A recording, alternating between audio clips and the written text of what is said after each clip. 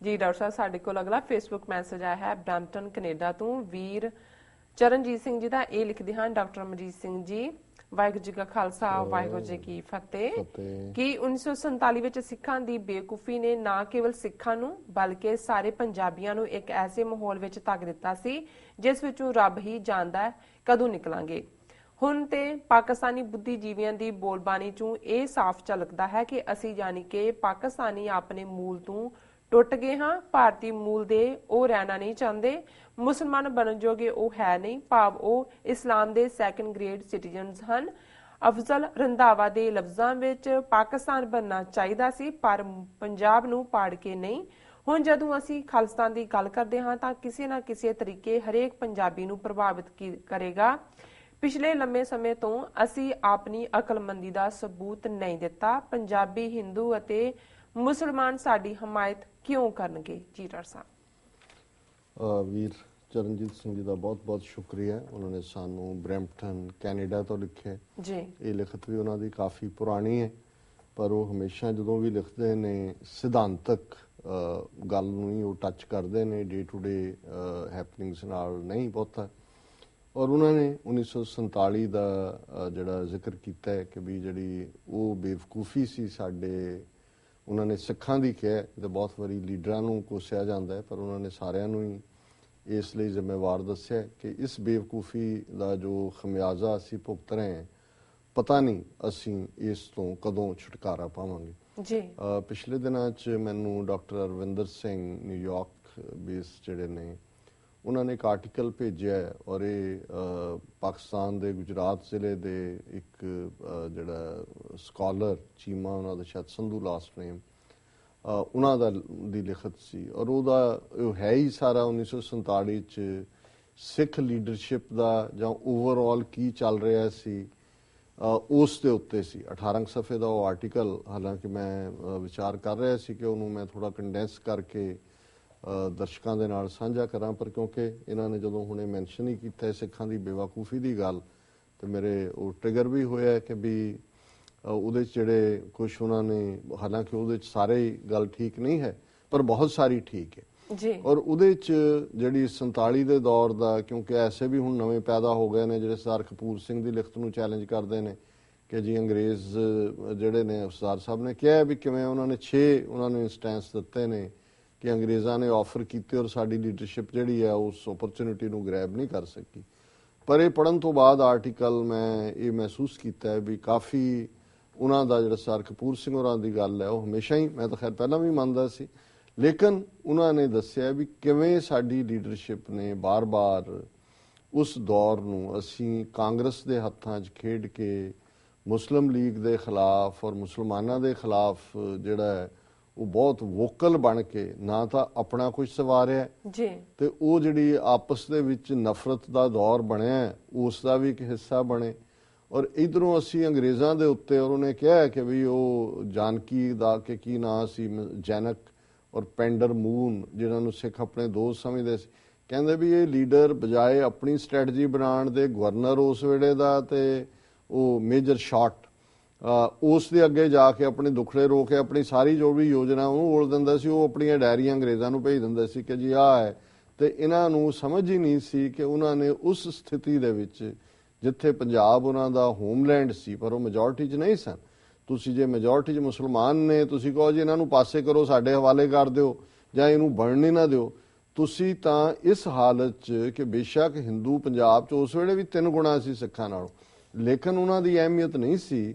ਸਾਨੂੰ ਆਪਣਾ ਕੇਸ ਜਿਸ ਤਰੀਕੇ ਨਾਲ ਇਸ ਗੱਲ ਦੇ ਲਈ ਅੱਗੇ ਤੋਰਨਾ ਚਾਹੀਦਾ ਸੀ ਕਿ ਭਾਈ ਅਸੀਂ ਕਾਂਗਰਸ ਔਰ ਮੁਸਲਿਮ ਲੀਗ ਇਹਨਾਂ ਦੇ ਨਾਲ ਇੱਕ ਜਿਹੜੀ ਹੈ ਬਾਰਗੇਨਿੰਗ 'ਚੋਂ ਆਪਣਾ ਆਜ਼ਾਦ ਦੇਸ਼ ਕੱਢਦੇ ਜਾਂ ਜਿਸ ਦੇ ਨਾਲ ਵੀ ਅਸੀਂ ਜਾਂਦੇ ਉਹਨਾਂ 'ਚ ਆਟੋਨੋਮੀ ਦੀ ਗੱਲ ਕਰਦੇ। ਸੋ ਇਹਦੇ 'ਚ ਕੋਈ ਸ਼ੱਕ ਨਹੀਂ ਹੈ ਕਿ ਮੋਰ ਇਸ ਬਾਰੇ ਜੋ ਆ ਰਿਹਾ ਹੈ ਇਸ ਧਾਰਨਾ ਨੂੰ ਹੀ ਮਜ਼ਬੂਤ ਕਰ ਰਿਹਾ ਹੈ ਕਿ ਲੀਡਰਸ਼ਿਪ ਉਸ ਦੌਰ ਦੀ ਔਰ ਉਸ ਦੇ ਵਿੱਚ ਕੋਈ ਵੀ ਜਿਹੜਾ ਉਸ ਦੌਰ ਦਾ ਲੀਡਰ ਹੈ ਅਕਾਲੀਆਂ ਦਾ, ਉਹ ਮਾਸਟਰ ਤਾਰਾ ਸਿੰਘ ਹੋਏ, ਗਿਆਨੀ ਕਰਤਾਰ ਸਿੰਘ ਹੋਏ, ਊਧਮ ਸਿੰਘ ਨਾਗੋਕੇ ਹੋਏ, ਬਲਦੇਵ ਸਿੰਘ ਹੋਏ, ਸਵਰਨ ਸਿੰਘ ਹੋਏ, ਇਹ ਸਾਰੇ ਨੇਮ ਉਹਨੇ ਵੀ ਦਿੱਤੇ ਨੇ, ਮੈਂ ਇਸ ਲਈ ਕੋਟ ਕੀਤਾ।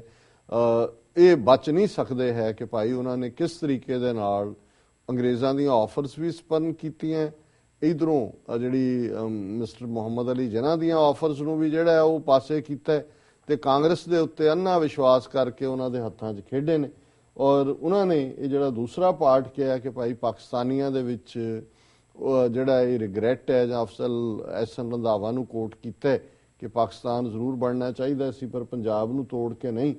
ਹੁਣ ਇਹਦੇ 'ਚ ਜ਼ਾਹਰ ਹੈ ਕਿ ਵੀ ਫਿਰ ਜੇ ਇਸ ਆਰਗੂਮੈਂਟ ਨੂੰ ਵੀ ਲੈ ਲਿਆ ਜਾਏ ਔਰ ਇੱਕ ਸਟੇਜ ਦੇ ਉੱਤੇ ਆਜ਼ਾਦ ਪੰਜਾਬ ਦੀ ਮੰਗ ਵੀ ਤੁਰੀ, ਸਕੀਮ ਵੀ ਤੁਰੀ, ਔਰ ਅਕਾਲੀਆਂ ਨੂੰ ਇਹ ਸਮਝ ਨਹੀਂ ਆਈ ਜਾਂ ਅਕਲ ਨਹੀਂ ਆਈ ਕਿ ਜੋ ਹੀ ਆਜ਼ਾਦ ਪੰਜਾਬ ਦੀ ਸਕੀਮ ਆਈ ਸਭ ਤੋਂ ਜ਼ਿਆਦਾ ਵਿਰੋਧ ਕਾਂਗਰਸ ਔਰ ਹਿੰਦੂਆਂ ਨੇ ਕੀਤਾ, ਕਿਉਂਕਿ ਉਹ ਸਮਝਦੇ ਸੀ ਕਿ ਆਜ਼ਾਦ ਪੰਜਾਬ ਦਾ ਮਤਲਬ ਹੋਏਗਾ ਸਿੱਖਾਂ ਮੁਸਲਮਾਨਾਂ ਦੀ ਨੇੜਤਾ। ਸੋ ਉਹਨਾਂ ਨੇ ਅਕਾਲੀ ਲੀਡਰਾਂ ਨੂੰ, ਖਾਸ ਕਰ ਮਾਸਟਰ ਤਾਰਾ ਸਿੰਘ ਨੂੰ ਫਿਰ ਉਸ ਪੱਧਰ ਤੱਕ ਹੀ ਲੈ ਆਂਦਾ ਜਿੱਥੇ ਉਹ ਕਿ ਜੀ ਸਾਡੀ ਲਾਸ਼ ਤੇ ਬਣੇਗਾ ਪਾਕਿਸਤਾਨ, ਤੇ ਕਦੇ ਤਲਵਾਰ ਖਿੱਚ ਲਓ, ਕਦੇ ਕੋਈ ਹੋਰ ਮੁਰਦਾਬਾਦ ਕਰ ਦਿਓ, ਕਦੇ ਕੁਝ ਹੋਰ ਕਰਵਾ ਦਿਓ। ਸੋ ਉਹ ਇਹਨਾਂ ਦੀ ਖੇਡ ਹੀ ਖੇਡਦੇ ਰਹੇ ਔਰ ਇਹਦੇ 'ਚ ਕੋਈ ਸ਼ੱਕ ਨਹੀਂ ਹੈ ਕਿ ਇਸ ਦਾ ਸਭ ਤੋਂ ਵਰਸਟ ਸਫਰਰ ਜਿਹੜਾ ਜਿੱਥੇ ਸਾਡੀ ਸਿੱਖ ਕੌਮ ਐਜ਼ ਏ ਪੀਪਲ ਸਾਡਾ ਹੋਮਲੈਂਡ ਵੰਡਿਆ ਗਿਆ, ਉੱਥੇ ਪਾਕਿਸਤਾਨੀ ਪੰਜਾਬ ਦੇ ਮੁਸਲਮਾਨ ਵੀ, ਪੰਜਾਬ ਇੱਕ ਟੈਰੀਟਰੀ 5 ਦਰਿਆਵਾਂ ਦੀ ਧਰਤੀ, ਉਸ ਦਾ ਇੱਕ ਕੁਦਰਤੀ ਬਾਰਡਰ, ਉਹਨਾਂ ਦਾ ਇੱਕ ਆਪਣਾ ਜਿਹੜਾ ਇੱਕ ਇੰਡੀਪੈਂਡੈਂਟ ਮਾਈਂਡ ਔਰ ਇੰਡੀਪੈਂਡੈਂਟ ਕਲਚਰ ਜਿਹੜਾ ਕਿ ਮਹਾਰਾਜਾ ਰਣਜੀਤ ਸਿੰਘ ਦੇ ਥੱਲੇ ਸਿਖਰਾਂ ਤੇ ਪਹੁੰਚਿਆ, ਜਿਹਨੇ ਪੰਜਾਬੀਅਤ ਦੀ ਪਛਾਣ ਦਿੱਤੀ ਜੇ ਉਸ ਨੂੰ ਕਹਿਣਾ ਹੋਏ। ਔਰ ਉਸ ਨੂੰ ਐਵੇਂ ਨਹੀਂ ਸ਼ਾਹ ਮੁਹੰਮਦ ਨੇ ਜਦੋਂ ਉਸ ਸਾਰੇ ਨੂੰ ਕਿ ਹੋਰ ਕੋਈ ਤੀਸਰੀ ਕੌਮ ਨਹੀਂ ਆਈ ਇੱਥੇ ਜਿਹੜੇ ਨੇ ਹਿੰਦੂ ਔਰ ਮੁਸਲਮਾਨ ਸੁਖੀ ਵਸਦੇ ਨੇ। ਸੋ ਇਹ ਖਾਲਸੇ ਦੇ ਕਿਰਦਾਰ ਦੀ ਗੱਲ ਸੀ।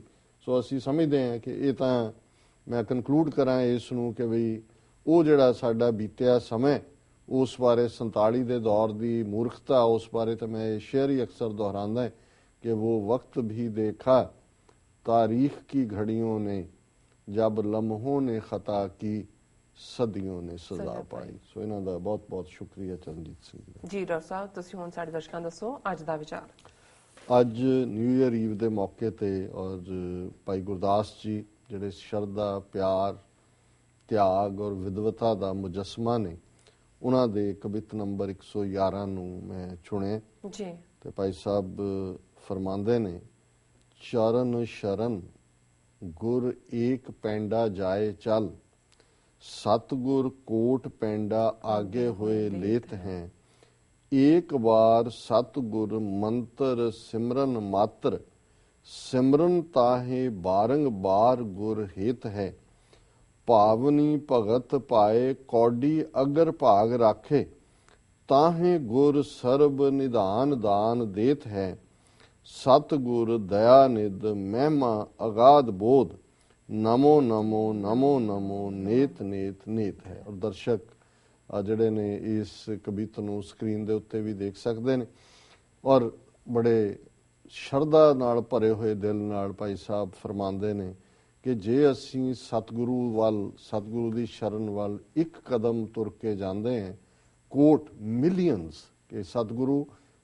Millions of steps Guru Sahib forward ਆਉਂਦੇ ਨੇ ਲੈਣ ਦੇ ਲਈ ਕਿ ਮੇਰਾ ਪਿਆਰਾ ਮੇਰਾ ਸਿੱਖ ਇਸ ਰਸਤੇ ਤੇ ਤੁਰਿਆ, ਸਤਿਗੁਰ ਕੋਟ ਪੈਂਡਾ ਆਗੇ ਹੋਏ ਲੇਤ ਹੈ, ਇੱਕ ਵਾਰ ਸਤਿਗੁਰ ਮੰਤਰ ਸਿਮਰਨ ਮਾਤਰ।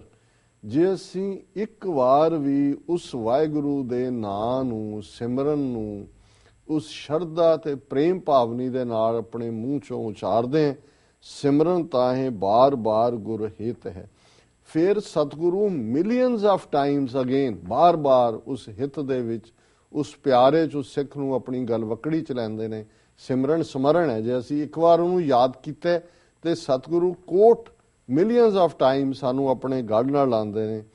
ਭਾਵਨੀ ਭਗਤ ਪਾਏ ਕੌਡੀ ਅਗਰ ਭਾਗ ਰੱਖ, ਅਸੀਂ ਗੱਲ ਕੀਤੀ ਸੀ ਕਿ ਸਭ ਤੋਂ ਲੋਅਰ ਕਰੰਸੀ ਕੌਡੀ ਸੀ ਤੇ ਇੱਥੇ ਗੁਰੂ ਔਰ ਸਿੱਖ ਦੀ ਅਸੀਂ ਸਮਝਦੇ ਹਾਂ ਕਿ ਅਸੀਂ ਬੜੇ ਲੰਗਰ ਕਰਾਏ, 36 ਪਦਾਰਥ ਖਵਾਏ, ਬੜੀ ਜੈ ਜੈਕਾਰ ਹੋਈ। ਗੱਲ ਇਹ ਨਹੀਂ ਹੈ, ਭਾਈ ਸਾਹਿਬ ਯਾਦ ਕਰਵਾਉਂਦੇ ਨੇ ਕਿ ਗੁਰੂ ਦੇ ਨਾਲ ਤਾਂ ਜਿਹੜਾ ਸਾਡਾ ਰਿਸ਼ਤਾ ਹੈ ਪ੍ਰੇਮ ਦਾ ਹੈ, ਭਾਵਨਾ ਦਾ ਹੈ, ਤੇ ਗੁਰੂ ਦੇ ਨਾਲ ਭਾਵਨੀ ਭਗਤ ਜਿਹੜੇ ਗੁਰੂ ਦੇ ਪਿਆਰੇ ਨੇ ਉਹਨਾਂ ਦੇ ਪਿਆਰ ਦੀ ਪਰਖ ਜੇ ਉਹ ਪਿਆਰ ਵਿੱਚ ਰੱਤੇ ਹੋਏ ਨੇ ਤੇ ਜੇ ਕੌਡੀ ਅਗਰ ਭਾਗ ਰੱਖੇ ਤੇ ਜੇ ਗੁਰੂ ਦੇ ਅੱਗੇ ਰੱਖਣ ਲਈ ਉਹਨਾਂ ਕੋਲ ਕੌਡੀ ਹੈ ਤੇ ਗੁਰੂ ਉਹਨਾਂ ਨੂੰ ਆਪਣੇ ਸੀਨੇ ਨਾਲ ਲਾਉਂਦੇ ਨੇ ਔਰ ਉਹਨਾਂ ਦੀ ਕੌਡੀ ਭਾਗਵਾਨ ਹੈ। ਗੁਰੂ ਦੇ ਲਈ ਉਹ ਇੰਨੇ ਪਿਆਰੇ ਨੇ ਕਿ ਉਹਨਾਂ ਨੇ ਆਪਣਾ ਆਪਾ ਗੁਰੂ ਨੂੰ ਦਿੱਤਾ ਹੋਇਆ ਹੈ। ਤਾਹੇ ਗੁਰ ਸਰਬ ਨਿਧਾਨ ਦਾਨ ਦੇਤ ਹੈ। ਇਹੋ ਜਿਹਾ ਪਿਆਰ ਦਾ ਭਰਿਆ ਹੋਇਆ ਸਿੱਖ ਜਦੋਂ ਕੌਡੀ ਸਤਿਗੁਰੂ ਦੇ ਅੱਗੇ ਰੱਖਦਾ ਤੇ ਸਤਿਗੁਰੂ ਉਸ ਸਿੱਖ ਨੂੰ ਸਰਬ ਨਿਧਾਨ, ਖਜ਼ਾਨਿਆਂ ਦਾ ਖਜ਼ਾਨਾ, ਟ੍ਰੇਜਰ ਆਫ ਆਲ ਦਾ ਟ੍ਰੇਜਰ, ਕਿਹੜਾ ਜਿਹੜਾ ਨਾਮ ਦਾ ਦਾਨ ਹੈ ਉਹ ਸਤਿਗੁਰੂ ਬਖਸ਼ਿਸ਼ ਕਰਦੇ ਨੇ। ਤਾਹੇ ਗੁਰ ਸਰਬ ਨਿਧਾਨ ਦਾਨ ਦੇਤ ਹੈ। ਖਜ਼ਾਨਿਆਂ ਦਾ ਖਜ਼ਾਨਾ ਨਾਮ ਦਾਨ ਜੋ ਅਸੀਂ ਮੰਗਦੇ ਹਾਂ, ਸਾਰੇ ਦਾਨ ਮੰਗ ਕੇ ਸਿੱਖਾਂ ਨੂੰ ਸਿੱਖੀ ਦਾਨ, ਕੇਸ ਦਾਨ, ਰਹਿਤ ਦਾਨ, ਵਿਵੇਕ ਦਾਨ, ਵਸਾ ਦਾਨ, ਦਾਨਾ ਸਿਰ ਦਾਨ, ਨਾਮ ਦਾਨ, ਇਹ ਨਿਧਾਨ ਕਿ ਦਾਨਾਂ ਦੇ ਉੱਤੇ ਦਾਨ ਜਿਹੜਾ ਉਹ ਨਾਮ ਹੈ। ਤੇ ਅਖੀਰ ਚ ਭਾਈ ਸਾਹਿਬ ਕਹਿੰਦੇ ਨੇ ਸਤਿਗੁਰ ਦਇਆ ਨਿਧ ਮਹਿਮਾ ਅਗਾਧ ਬੋਧ।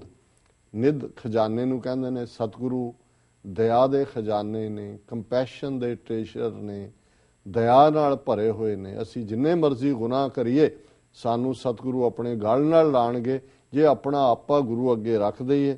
ਮਹਿਮਾ ਅਗਾਧ ਬੋਧ ਕਿ ਸਤਿਗੁਰੂ ਦੀ ਮਹਿਮਾ ਅਨਡਿਸਕ੍ਰਿਪੇਬਲ ਹੈ, ਉਹਨੂੰ ਅਸੀਂ ਡਿਸਕ੍ਰਾਈਬ ਹੀ ਨਹੀਂ ਕਰ ਸਕਦੇ। ਅਗਾਧ ਬੋਧ ਹੁੰਦਾ ਜਿਸ ਦਾ ਕੋਈ ਅੰਤ ਨਹੀਂ ਹੈ। ਨਮੋ ਨਮੋ ਨਮੋ ਨਮੋ, ਸੈਲੂਟੇਸ਼ਨ ਸੈਲੂਟੇਸ਼ਨ ਸੈਲੂਟੇਸ਼ਨ ਸੈਲੂਟੇਸ਼ਨ।